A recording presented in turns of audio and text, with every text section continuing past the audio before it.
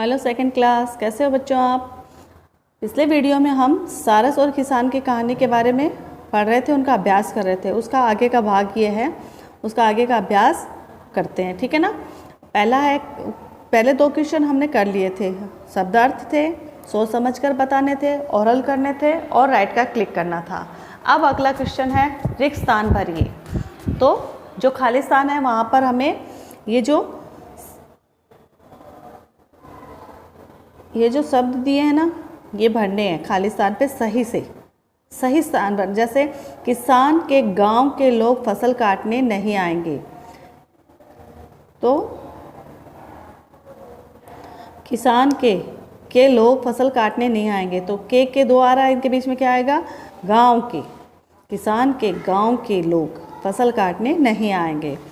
फिर अगला है 2-3 दिन तक कोई काटने नहीं आया। क्या काटने नहीं आया, फसल। क्या काटने नहीं आया, 2-3 दिन तक कोई फसल काटने नहीं आया। अगला है गांव के लोग बड़े हैं।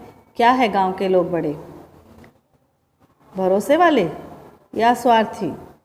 तो गांव के लोग बड़े स्वार्थी हैं, ठीक है। फिर है जो दूसरों के कोई काम छोड़ता है उसका नहीं होता। तो जो दूसरों के भरोसे कोई काम छोड़ता है उसका काम नहीं होता। तो ये दोनों शब्द है वो इन खाली स्थानों पर आएंगे, इन रिक्त स्थानों पर आएंगे, ठीक है। फिर आगे पढ़ते हैं। सही वाक्य पर राइट का तथा गलत वाक्य पर रॉन्ग का चिन्ह लगाइए, ठीक है। तो पहला है हमें अपना काम स्वयं करना चाहिए। तो ये सही बात है, हमें अपना काम स्वयं करना चाहिए। किसान के भाइयों ने अब उसका खेत काट दिया था, बिल्कुल नहीं काटा था। किसान के भाइयों ने खेत कब काटा था, नहीं काटा था। सारस का जोड़ा नदी किनारे रहता था, नहीं, वो तो गेहूं के खेत में रहता था। सारस के बच्चे अभी उड़ने योग्य नहीं थे, सही है, अभी उड़ने योग्य नहीं थे, बहुत छोटे थे। तो इस तरह से आपको भी करना है। फिर आगे बढ़ते हैं। निम्नलिखित प्रश्नों के उत्तर दीजिए।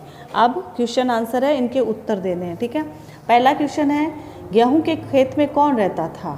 कौन रहता था गेहूं के खेत में, सारस का जोड़ा। सारस ने बाहर जाने से पहले बच्चों से क्या कहा था कि कोई भी आए उनकी बात याद रखना और मुझे बताना। उन्होंने बच्चों से ऐसे कहा था कि कोई भी आके यहाँ पे जो बात करे उसे याद रखना और मुझे बताना। फसल पकने पर किसान ने क्या कहा, फसल कटने योग्य हो गई है। फसल पक गई थी तो किसान ने कहा अब तो फसल कटने के योग्य हो गई है। सारस के बच्चे क्यों निर्भय हो गए थे, उन्हें लगा कि किसान झूठ मूठ डरा रहा है। 2 बार आए थे ना कि कल गांव वालों को बोलूँगा वो काट देंगे, फिर उसने कहा नहीं मेरे भाइयों को बोलूँगा वो काट देंगे। तो अब वो निर्भय हो गए थे। क्यों, क्योंकि उन्हें लगा कि किसान तो हमें झूठ मूठ में ही डरा रहा है। अंत में सारस ने बच्चों से क्या कहा, किसान ने स्वयं काम करने का सोच लिया, अब काम होगा। तो अंत में सारस ने बच्चों से कहा कि इतने दिन तो हमें ऐसे लग रहा था कि इसने दूसरों के भरोसे काम छोड़ा है तो ये काम नहीं होगा, पर अब किसान ने स्वयं ने काम करने की सोच ली है, अब काम होगा और अब ये फसल कटेगी, ऐसा बच्चों से कहा।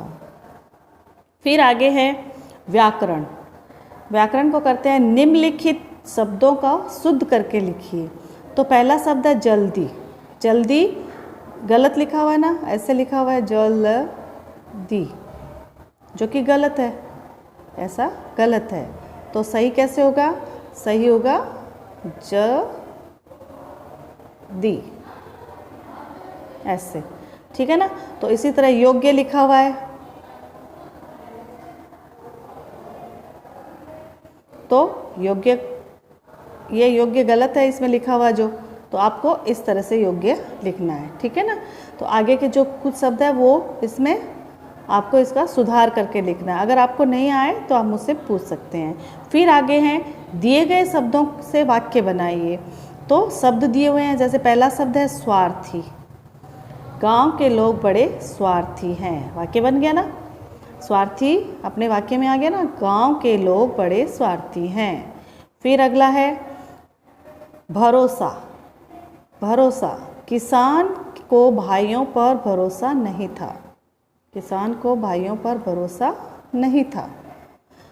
फिर अगला है स्वयं, स्वयं अपना कार्य करना चाहिए। फिर है फसल, फसल पकने पर कटेगी।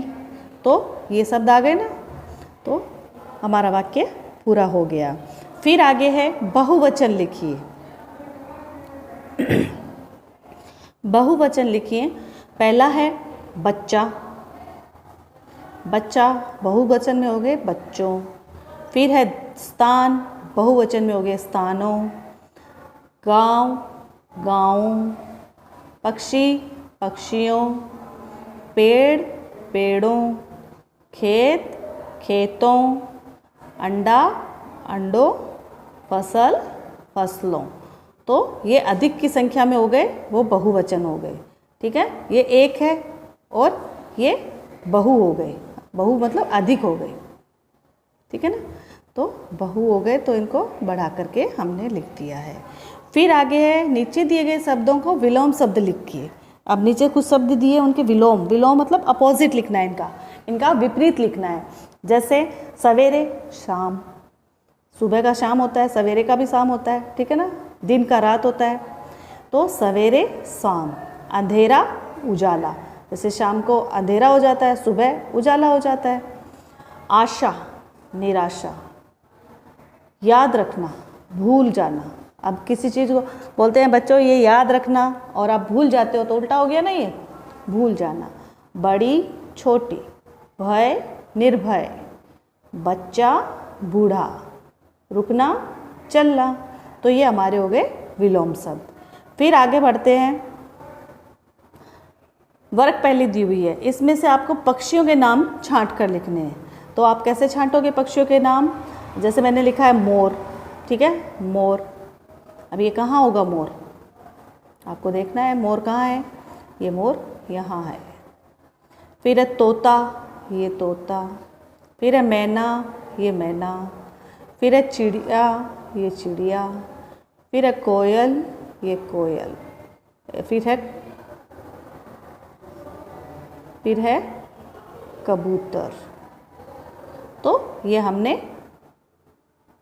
6 पक्षियों के नाम ढूंढ लिए हैं। ठीक है ना, और फिर है सारस, तो इनको आपको कलर भरना है। तो आपको हमने पूरा लेसन बता दिया है, समझा दिया है। अगर आपको कुछ समझ में नहीं आया है तो आप मुझसे पूछ सकते हो। Okay, thank you.